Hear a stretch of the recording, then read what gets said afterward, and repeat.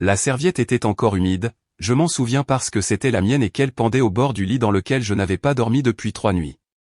Son soutien-gorge était sur la lampe, une chaussure sur le rebord de la fenêtre, son sweat à capuche à lui, son fichu sweat à capuche, était posé sur le dossier de ma chaise de gaming comme s'il vivait là, comme si c'était son espace maintenant.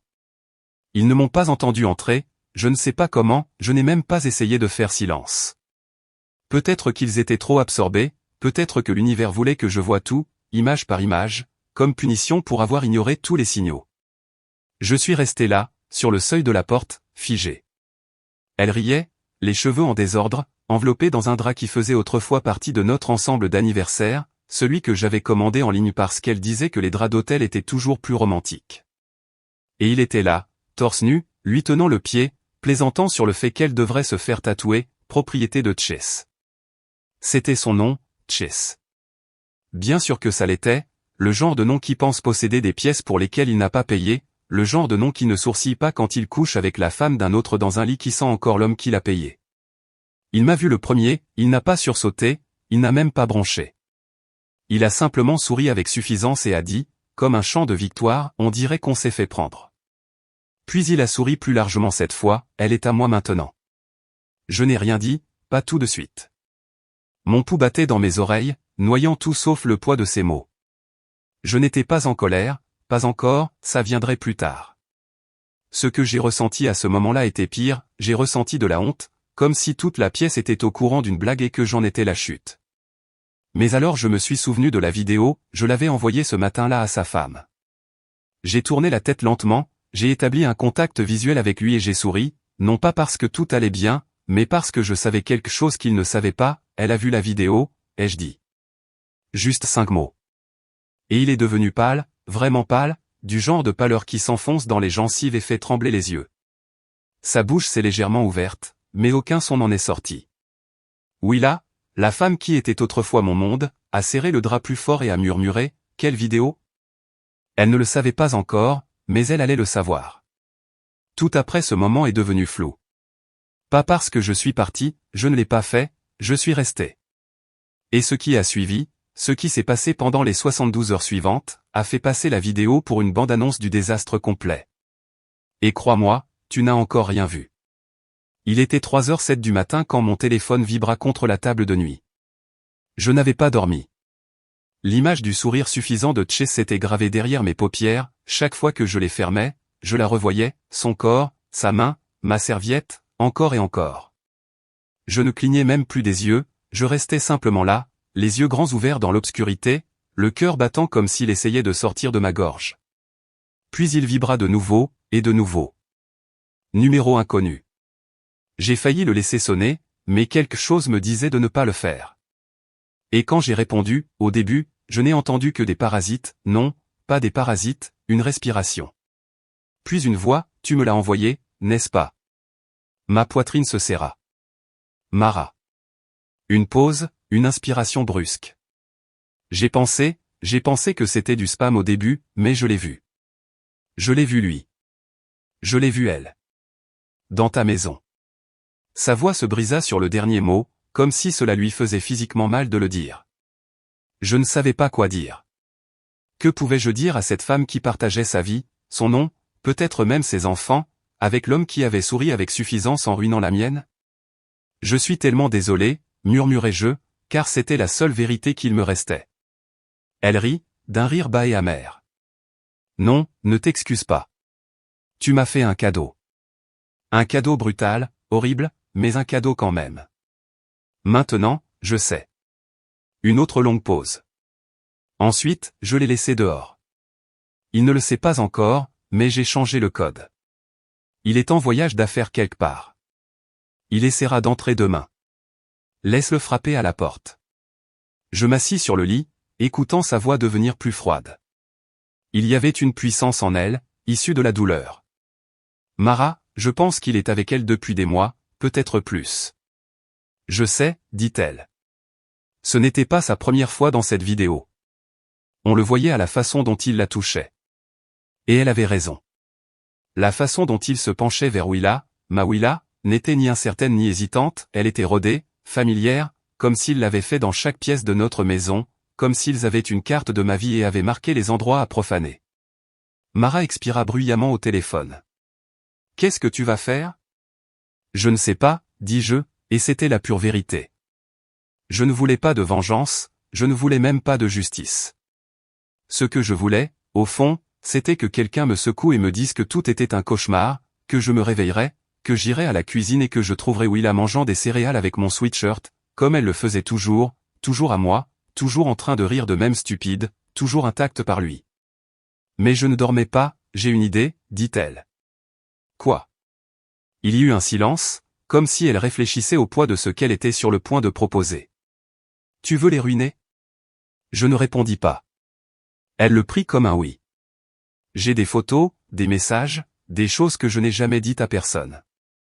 Je ne voulais pas y croire jusqu'à maintenant, mais si tu es prêt, on peut faire en sorte que ça brûle. Une partie de moi voulait dire non, s'éloigner, éviter la guerre inévitable. Mais une autre partie, celle qui avait vu cette vidéo complète, celle qui était restée sur le seuil de ma chambre comme un fantôme dans sa propre vie, dit oui. Je lui dis de nous retrouver le lendemain soir dans un petit café près de la gare, terrain neutre, personne ne nous reconnaîtrait. Nous parlâmes, planifiâmes et peut-être, juste peut-être, retrouverions-nous une once de contrôle. Mais Willa avait d'autres plans. À 9h41, elle m'envoya un SMS, « Pouvons-nous parler ? Je sais que tu es contrarié. Ce n'est pas ce que tu penses. » Cette phrase classique, « ce n'est pas ce que tu penses. » J'avais un fichier vidéo HD intitulé « Willa-chase.mp4 » sur mon bureau. Exactement en quoi pensais-je mal? Je ne répondis pas, mais je commençais à tout enregistrer, appels, messages, capture d'écran, sauvegarde dans le cloud. J'ai même reconfiguré la caméra du salon, nouvel angle, meilleur éclairage. Si elle allait mentir à nouveau, je voulais que ce soit documenté. Et puis, plus tard cet après-midi-là, elle rentra à la maison. Sans appeler, sans se faufiler, juste des pas fermes, des clés dans la porte, son parfum flottant avant même qu'elle ne dise un mot. Je restais dans le couloir et l'observais laisser tomber son sac par terre comme si elle possédait le silence entre nous. Sa voix se brisa, mais ses yeux étaient secs. « Pouvons-nous, s'il te plaît, parler ?»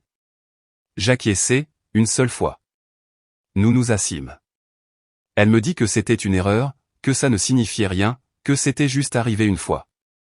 Chaque syllabe comme une coupure de papier.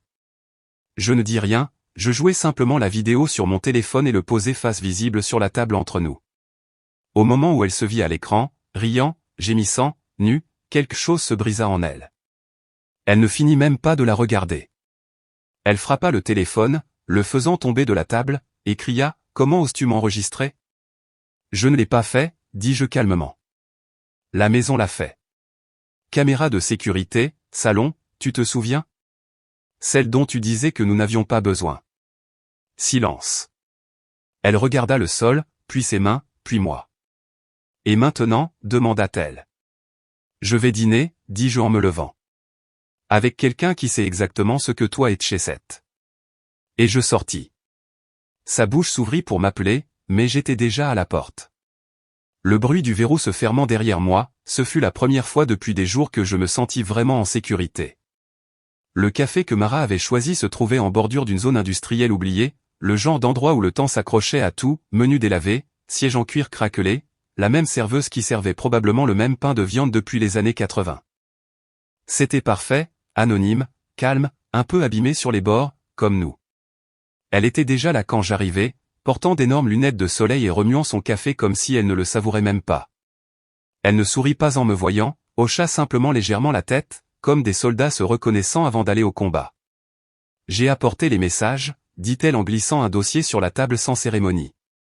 À l'intérieur se trouvaient des impressions, des captures d'écran de conversations entre Chase et Willa que je n'avais pas vues, des conversations qui me retournèrent l'estomac. Certaines étaient moqueuses et coquettes, d'autres explicitement cruelles, se moquant de moi, me traitant de mou, disant que j'étais domestiqué comme un animal castré.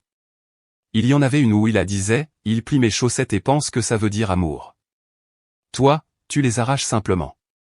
Celle-là me frappa différemment. Je fixai cette phrase pendant longtemps. Mara n'interrompit pas. Finalement, je fermai le dossier et respirai profondément, même si cela ressemblait à inhaler de la sueur. Alors, qu'est-ce qu'on fait avec ça? Elle se pencha en arrière. Tu as dit que tu voulais les briser. Je crois que je sais comment. Et alors elle le décrivit, un plan si tordu qu'il semblait sorti d'un feuilleton télévisé, sauf qu'il était réel et que chaque mot faisait s'accélérer mon pouls. Le but n'était pas de crier, ni de hurler, ni de frapper, ni de publier en ligne. Non, cela leur donnerait le contrôle. Il s'agissait de les faire imploser sous le poids de leur propre tromperie, publiquement, en privé, chirurgicalement. La première étape consistait à les inviter tous les deux au même endroit au même moment, séparément. L'anniversaire de Chase était dans quelques jours, selon son Instagram, que oui, je consultais désormais de manière obsessionnelle. Il prévoyait un dîner décontracté dans un nouveau bistrot sur un toit du centre-ville. Mara lui envoya un message, prétendant vouloir discuter et peut-être reconstruire une certaine confiance. Elle lui dit qu'elle avait réservé une table privée dans ce même endroit, juste pour eux deux, à la même heure. Je demandai à Willa de venir avec moi pour essayer de discuter pendant le dîner. J'agis nerveusement, prudemment, comme si j'étais incertain, jouant l'image qu'elle avait déjà de moi, timide, désespéré de pardonner. Je lui dis que j'avais fait une réservation pour lui montrer que j'essayais. Elle mordit à l'hameçon en quelques secondes. Aucun des deux ne savait que l'autre serait là. Le restaurant était magnifique de cette manière sans âme que les endroits haut de gamme ont toujours, éclairage tamisé, meubles conçus pour l'esthétique plutôt que pour le confort, et un hôte qui souriait trop.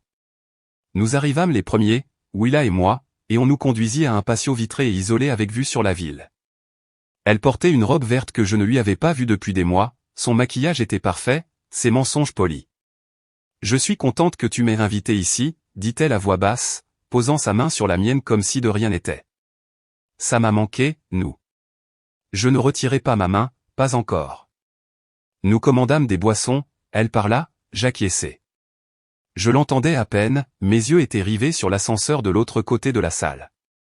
Exactement à 19h42, il s'ouvrit.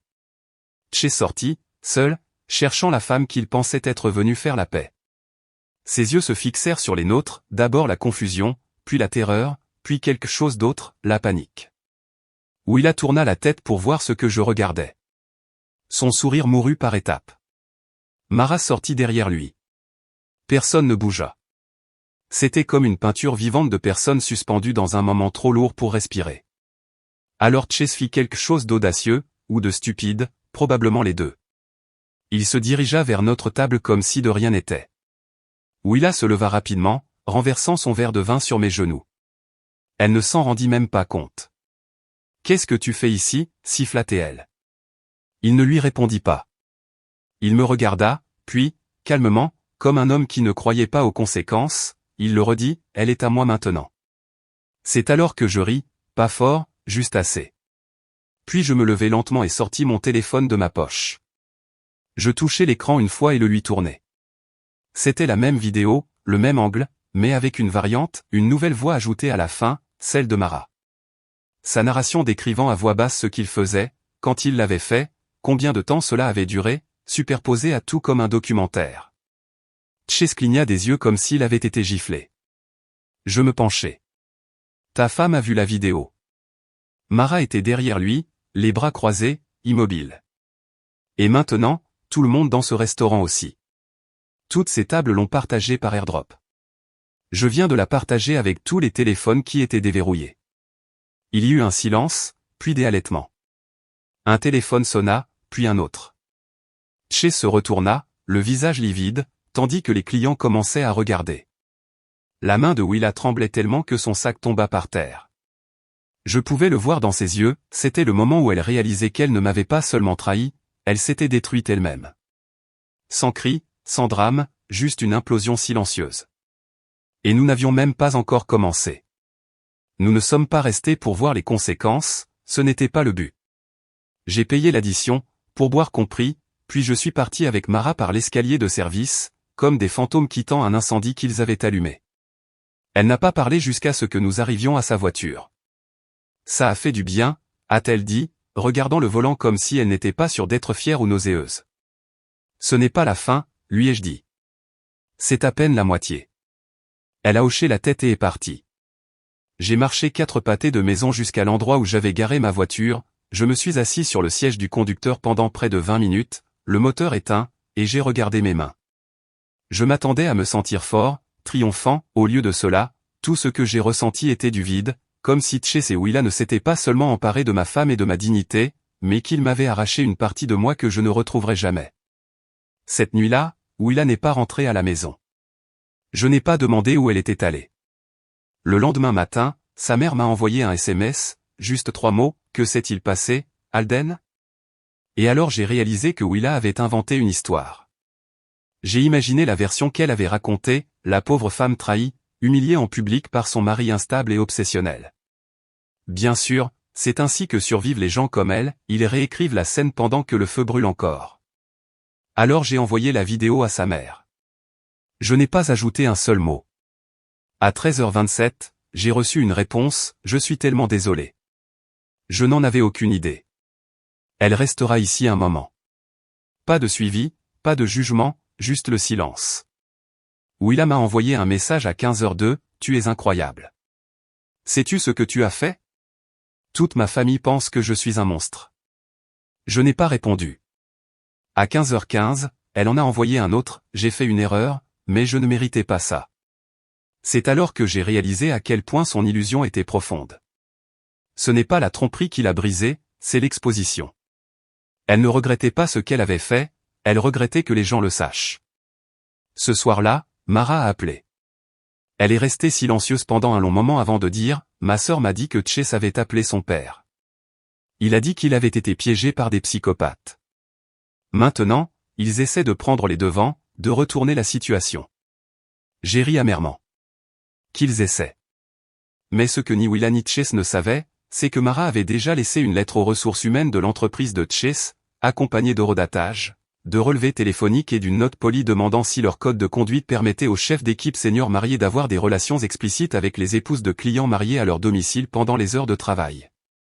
Chase travaillait dans la vente aux entreprises, sa réputation était tout. Le lendemain matin, il a été suspendu, dans l'attente d'un examen interne. Le même jour, Willa a découvert que le groupe Facebook privé de sa salle de sport l'avait discrètement supprimé en tant qu'administratrice. Apparemment, une de ses amies de la salle de sport avait vu la vidéo partagée par AirDrop et l'avait partagée avec quelques mères inquiètes. La trahison publique n'est peut-être pas un crime, mais dans les cercles sociaux de banlieue, c'est une exécution. Ce soir-là, elle est finalement apparue chez nous. Sans appeler, juste la porte s'ouvrant brusquement et sa voix dans le couloir, aiguë, fatiguée, brisée d'une manière que je ne reconnaissais pas, « Pouvons-nous, s'il te plaît, parler comme des adultes ?» a-t-elle demandé, entrant dans la cuisine comme si elle avait encore le droit d'être là. Je suis resté assis, les bras croisés, observant chacun de ses mouvements. Elle faisait les 100 pas, « Que veux-tu de moi ? Tu veux que je supplie, que je pleure ? Tu as eu ton moment, tu nous as humiliés, tu as gagné. Et maintenant ? » Je n'ai pas parlé tout de suite. Je voulais qu'elle sente le silence, qu'elle comprenne qu'il n'y avait aucune version de cela où elle reprenait le contrôle. Je voulais voir si tu ressentais quelque chose, ai-je dit. Pas pour moi, juste quelque chose de réel. Elle a reniflé. Oh, donne-moi une pause, Alden. J'ai tout fait. Tu ne t'en es jamais rendu compte. Tu te contentais de faire tes gâteaux et de me suivre comme un chiot. Il ne s'agissait pas de lui, il s'agissait de sortir. Ça a fait plus mal que tout, plus que la vidéo, plus que les messages. Parce que je l'aimais, totalement, profondément, pathétiquement. Et la voilà, détruisant ça comme si ça avait toujours été un fardeau. Tu aurais pu partir, tout simplement, ai-je dit, d'une voix calme. Elle a roulé des yeux. Tu n'y aurais pas survécu. Puis elle s'est dirigée vers la porte, a attrapé son sac et s'est arrêtée. J'enverrai quelqu'un chercher le reste de mes affaires. Je reste chez ma mère.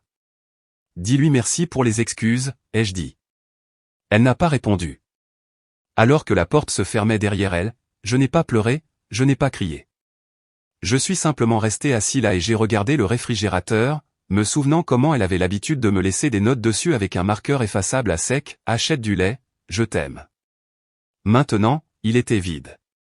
Plus tard dans la soirée, Mara m'a envoyé un message.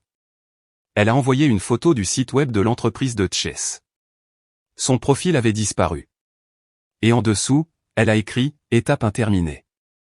Prêt pour l'étape 2. » J'ai fixé l'écran pendant longtemps, parce que je ne savais pas ce que signifiait l'étape 2, mais je savais que ce n'était pas fini. Pas encore. Je pensais que la deuxième étape serait une autre vidéo, une autre lettre, une sorte de mouvement soigneusement orchestré dans notre petit jeu d'échecs émotionnel. Je ne m'attendais pas à ce que ce soit un nom que je n'avais jamais entendu auparavant, livré par Mara au milieu d'un froid samedi matin dans un café près du fleuriste de sa sœur. Elle s'assit en face de moi, les mains autour de sa tasse, regardant la vapeur comme si elle pouvait lui dire quelque chose qu'elle n'avait pas encore compris. Quand je lui ai demandé ce qui suivait, elle a levé les yeux, elle était fatiguée mais vive. Lena Carrington, dit-elle. As-tu déjà entendu ce nom? J'ai secoué la tête. Devrais-je? C'est la femme avec qui Chase était avant moi. Ils sont sortis ensemble pendant quelques années, ont rompu quand il l'a complètement ignorée et a disparu. C'est comme ça qu'elle le raconte, en tout cas. Elle m'a contacté quand elle a vu mon commentaire sur ce post Facebook privé à propos de la vidéo. Il s'avère qu'elle avait aussi une histoire, une bien pire. Mara plongea la main dans son sac et en sortit une lettre pliée, manuscrite. Je la dépliai avec soin. L'écriture de Lena était petite, arrondie, précise.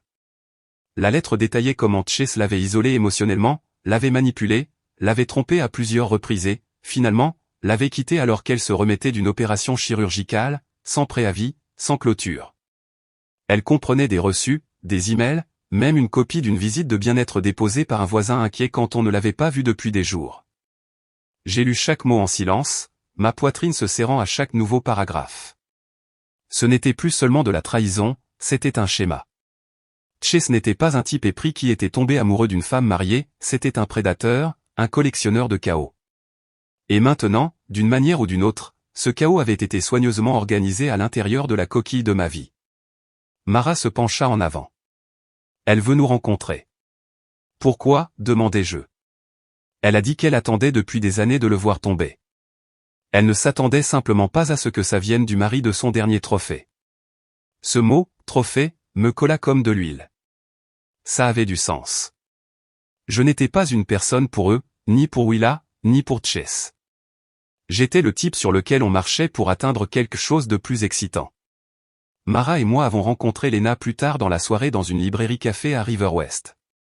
Elle était silencieuse, plus âgée que ce à quoi je m'attendais, peut-être au milieu de la trentaine, avec des cheveux châtains rougeâtres et une énergie nerveuse qui la faisait regarder par-dessus son épaule toutes les quelques minutes.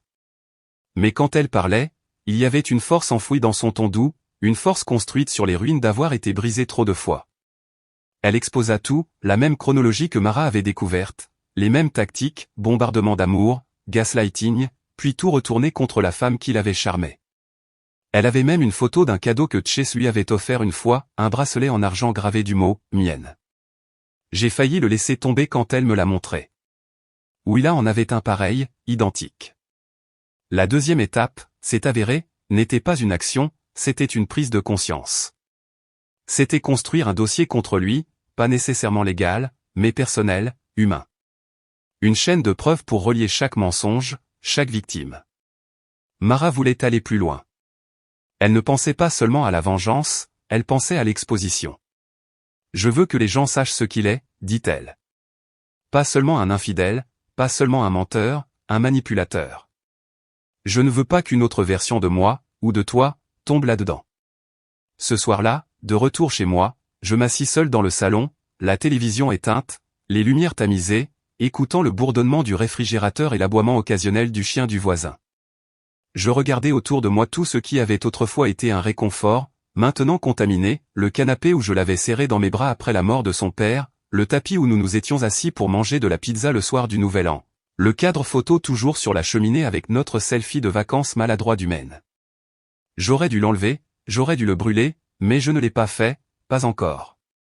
Mon téléphone vibra. C'était un message de Willa, je t'ai vu avec elle. C'est ça maintenant? Une sorte de rebond tordu? Je fixai le message pendant longtemps avant de répondre, elle s'appelle Mara. Tu te souviens peut-être de son mari. Tu as partagé un lit avec lui plus de fois que je ne peux compter. Elle ne répondit pas pendant près d'une heure. Quand elle le fit, ce n'était pas ce à quoi je m'attendais, je crois que je suis enceinte. Les mots me frappèrent comme une brique dans les côtes. Tout mon corps se figea. Je relus le message 5 fois, essayant de savoir si c'était réel, une blague, un piège. Je ne répondis pas. Au lieu de cela, j'appelai Mara. Elle ne parut pas surprise.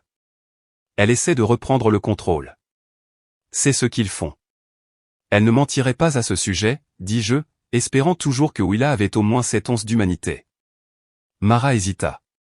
Elle ne le ferait pas. Elle avait raison. Et pourtant, une partie de moi ne pouvait toujours pas se déconnecter complètement, la partie qui se souciait, la pathétique partie restante de moi qui la voyait toujours comme la femme que j'avais autrefois aimée plus que quiconque au monde. Je lui dis que nous parlerions en personne.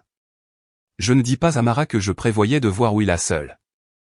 Et ce fut une erreur, car la prochaine fois que j'ouvris la porte à Willa, elle n'était pas seule non plus. J'aurais dû mieux savoir, j'aurais dû voir le piège à 1 kilomètre. Mais quand on a passé des années à aimer quelqu'un complètement, stupidement, avec chaque centimètre de soi-même, il est difficile de croire qu'il utiliserait un jour cet amour comme une arme contre vous. Alors, quand Willa a dit qu'elle avait besoin de parler et a demandé à venir seule, une partie de moi a voulu croire qu'elle était sérieuse, qu'il y avait peut-être une version de la vérité, une part humaine d'elle encore capable de remords. Mais elle n'est pas venue seule. Quand j'ai ouvert la porte, Chase se tenait 2 pas derrière elle, les mains nonchalamment dans les poches de sa veste, comme s'il entrait dans un restaurant, pas dans la maison qu'il avait profanée. À plusieurs reprises dans mon dos. Willa était vêtue de gris doux, les yeux rouges et les cheveux lâches, s'efforçant de paraître fragile. Je n'ai pas bougé du seuil. Elle a parlé la première. S'il te plaît, ne t'énerve pas. Il est juste venu pour... Pourquoi, ai-je interrompu? Pour sentir les meubles, peut-être emprunter une autre serviette? Le visage de Chase s'est légèrement crispé, mais Willa lui a lancé un regard rapide qui ressemblait presque à un signal, un accord silencieux entre eux. C'est à ce moment-là que j'ai finalement accepté ce que j'avais nié, elle n'était sous aucun charme, elle n'était pas manipulée, ce n'était pas une erreur. Elle était avec lui, totalement, complètement et sans remords. Nous devons clarifier les choses, a dit Chase, calme, mesuré, comme si c'était une négociation d'entreprise. Les choses ont dérapé l'autre soir, et nous pensons que nous devons anticiper cela. J'ai ri, pas un rire normal, quelque chose qui ressemblait plus à un aboiement étouffé. Nous. Vous pensez que c'est une crise de relations publiques que vous pouvez gérer? Willa a fait un pas en avant. Je t'ai dit que je pourrais être enceinte, Alden. Ce n'est pas quelque chose que je peux gérer seul. Et je n'ai pas besoin de plus de drame en ce moment. Je suis venu ici parce que je pensais que tu méritais de l'entendre en personne. Alors, pourquoi est-il ici, ai-je lâché? Parce qu'il fait partie de ça, a-t-elle dit, comme si cela rendait tout logique. Il y eut une pause, une longue. Chase bougea, prit une profonde inspiration, puis dit vraiment, nous n'essayons pas de te faire du mal, mais s'il s'avère que l'enfant est le mien, nous devons tous être adultes à ce sujet. Je l'ai regardé fixement, clignant lentement des yeux. Penses-tu qu'il existe une version de la réalité où je t'aide à élever l'enfant que tu as conçu dans ma maison, avec ma femme, dans mon dos? Je pense que tu dois arrêter d'agir comme la victime, dit soudain Willa, plus sèchement qu'auparavant. Tu n'es pas innocent non plus dans tout ça. J'ai eu l'impression que mon cœur trébuchait. Honnêtement, j'ai cru l'avoir mal entendu. Pardon? Tu n'as jamais été présent, a-t-elle continué. Tu étais prévisible, passif. Tu ne m'as jamais mis au défi. Tu te contentais de me suivre en faisant des gâteaux et en nettoyant les gouttières, en attendant que je te jette des miettes d'affection. Tu as disparu dans le décor de ta propre vie, Alden. Et ainsi, soudainement, j'ai tout vu clairement. Elle avait besoin de réécrire l'histoire, non pas parce qu'elle le ressentait, mais parce que c'était plus facile de vivre avec elle-même si j'étais le coupable. J'ai senti que je me refroidissais, pas le genre de froid qui vous fait trembler, mais celui qui vous fait cesser de ressentir complètement, engourdi. Laisse-moi être très clair, ai-je dit en m'écartant. Ce n'est plus ta maison. Toute version de moi dont tu te souviens, le type qui faisait des gaufres le dimanche et laissait des notes surprises dans ton sac, ce type est parti. Tu l'as enterré. Alors si tu veux parler de garde, ou de test ADN, ou de tout avenir tordu que tu prévois, tu peux le faire par l'intermédiaire d'un avocat. Willa sembla vouloir discuter, mais Chase, l'astucieux et stratégique Chase, lui posa une main sur le bras. Allons-y, dit-il. Il n'est clairement pas prêt à faire partie de cette conversation. Tu parles que non, ai-je murmuré. Elle s'est retournée une dernière fois avant de descendre du porche. Si c'est ton enfant, tu regretteras de m'avoir exclu. Je n'ai pas répondu. J'ai simplement fermé la porte. Puis je l'ai verrouillée. Puis je l'ai doublement verrouillé. Je me suis assis à la table de la salle à manger, regardant le grain du bois pendant longtemps, mon pouls se calmant à peine. Je n'ai pas pleuré. Je n'ai rien cassé. Je me sentais simplement épuisé, comme si toute ma vie était devenue un long couloir de portes et chaque fois que j'en ouvrais une, je trouvais une autre trahison qui m'attendait derrière. Plus tard dans la soirée, Mara a appelé. Je lui ai tout raconté, la visite surprise, la menace d'un enfant, le récit réécrit. Elle est restée silencieuse pendant longtemps avant de dire finalement, je pense qu'il est temps pour la 3e étape. J'ai soupiré. S'il te plaît, dis-moi que ça n'implique pas une autre vidéo. Non, a-t-elle dit. Celle-ci est différente. Cette fois, il s'agit de toi. Au début, je n'ai pas compris ce qu'elle voulait dire. Puis elle m'a expliqué son idée, avec soin, lentement. J'ai écouté, et pour la première fois depuis que tout cela a commencé, j'ai senti quelque chose de dangereux clignoter en moi. Pas de la vengeance, pas de la rage, un but. Parce que la 3e étape ne consistait plus à les faire tomber. Il s'agissait de me reconstruire, d'une manière qu'ils ne pourraient pas toucher. Quand Mara a dit que la 3e étape me concernait, j'ai failli rire. L'idée semblait ridicule. Ma vie était en ruine, mon mariage un fantôme, et on venait de me dire que je pourrais être le père d'un enfant conçu lors d'une liaison. Comment étais-je censé me reconstruire alors que tout ce que j'avais construit avait été réduit en cendres? Mais Mara ne parlait pas d'une quelconque conférence de motivation inspirante ou d'une transformation physique spectaculaire, ce n'était pas un montage à la Rocky.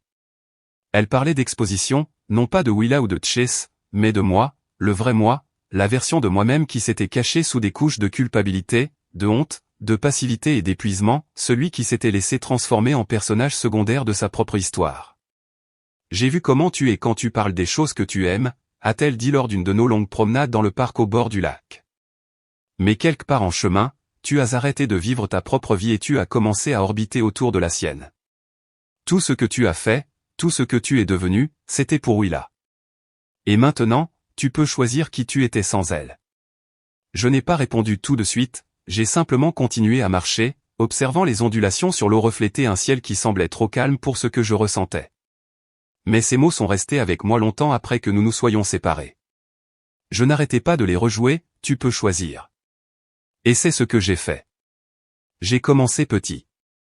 J'ai enlevé les photos encadrées de Willa et moi du couloir, non pas avec cérémonie ni colère, mais comme si j'enlevais des décorations périmées après une fête. Je les ai emballées avec ses livres, ses tasses, ces petits bols décoratifs qui, selon elle, étaient, pour créer une ambiance. J'ai même passé l'aspirateur sous les coussins du canapé pour la première fois depuis avant qu'elle ne commence à dormir au travail, chez des amis. Puis j'ai rouvert la boutique Etsy que j'avais abandonnée pendant la pandémie. La plupart des gens ne savaient même pas que je concevais autrefois des ustensiles de cuisine en bois personnalisés, rouleaux à pâtisserie, planches à servir, cuillères sculptées avec des initiales gravées à la main. C'était juste une activité secondaire, un passe-temps que j'aimais avant que Willa ne me fasse sentir que c'était mignon, mais pas sérieux. J'ai publié 3 nouvelles annonces, mis à jour mon profil et les laissé comme ça. En 2 jours, j'avais 12 commandes, en une semaine, 43. C'est Mara qui a suggéré d'en faire quelque chose de réel. Elle m'a aidé à enregistrer le nom, Note & Grain, et en un mois, elle a conçu un logo, construit un site web de base et même publié quelques photos de nos promenades avec Buster, mon chien, qui était devenu ma mascotte non officielle. La nouvelle s'est répandue plus vite que je ne l'espérais. Quelqu'un a partagé l'un de mes modèles sur un blog de cuisine locale et, soudain, je recevais des messages directs d'inconnus me demandant si j'acceptais des commandes personnalisées. Et Willa s'en est rendu compte, bien sûr. Le premier signe a été un commentaire sur l'une de mes publications, pas sous son vrai nom, mais j'ai reconnu son écriture, c'est mignon de voir ton petit passe-temps de retour. Tu joues toujours à la dinette avec de la colle à bois. Je n'ai pas répondu, mais j'ai bloqué le compte. 2 jours plus tard, elle a appelé. Je n'ai pas répondu. Puis elle est réapparue, cette fois seule, et a laissé une note dans ma boîte aux lettres, manuscrite. Pas d'excuses, juste de la confusion, je ne comprends pas en qui tu te transformes. Ce n'est pas toi. Mais c'était moi. Ça l'avait toujours été. C'était simplement la version de moi qu'elle n'avait jamais pris la peine de chercher. Le vrai changement s'est produit lorsque Mara m'a invité à un marché artisanal éphémère en ville. Elle m'a trouvé un stand, m'a aidé à l'installer, et a même été à mes côtés dans l'air glacial du matin pendant que je disposais mes pièces sur des planches de chêne récupérées. J'étais nerveux, agité, transpirant sous ma veste. Mais alors les gens ont commencé à s'arrêter, à parler, à poser des questions, à acheter des choses. Un type a passé une commande de $200 pour 6 planches à découper gravées pour des cadeaux de mariage. Un chef local m'a invité à collaborer sur une ligne d'ustensiles de cuisine. Quelqu'un d'un blog de décoration intérieure a demandé une interview. C'était surréaliste. Et à la fin de la journée, lorsque le stand était rangé et que mes mains sentaient le cèdre et le vernis, Mara m'a regardé et a souri, non pas avec pitié, mais avec fierté. Tu sais, a-t-elle dit, tu n'as jamais eu besoin de vengeance. Tu avais juste besoin d'être vu. Ce soir-là, je me suis enfin permis de relire le dernier message de Willa, ce n'est pas toi. Elle avait raison. La version de moi qu'elle croyait connaître, ce type est parti. Celui qui chuchotait, je t'aime, en pliant ses vêtements et attendait un « merci », qui n'est jamais venu, ce type est resté derrière dans les décombres. Et maintenant j'étais quelqu'un qui faisait des choses avec ses mains et voyait comment elles étaient appréciées, quelqu'un qui sortait lentement du poids des attentes de quelqu'un d'autre. Mais la paix ne dure jamais quand on est lié à des gens qui vivent dans la destruction. Parce que juste au moment où je pensais que je m'installais dans quelque chose qui ressemblait à la guérison, j'ai reçu un coup à la porte. Pas un coup doux, un coup dur, urgent, en colère. Quand j'ai ouvert, Chase était là, seul cette fois, la mâchoire serrée et les yeux rouges. Tu dois arrêter, a-t-il dit, avant que je puisse même ouvrir la bouche. Arrêter quoi? Tout, a-t-il lâché. Toi et Mara. Vous pensez que vous reconstruisez vos petites vies et que vous exposez la mienne au passage. Vous jouez avec des gens qui savent se défendre. Je suis sorti sur le porche, calme, ferme. Ce qui est drôle avec le fait de construire quelque chose à partir de rien, ça te rend moins peur de le perdre. Il a secoué la tête, sa voix s'élevant. Tu penses que c'est noble? Tu penses que tu es le bon maintenant? Tu es pathétique.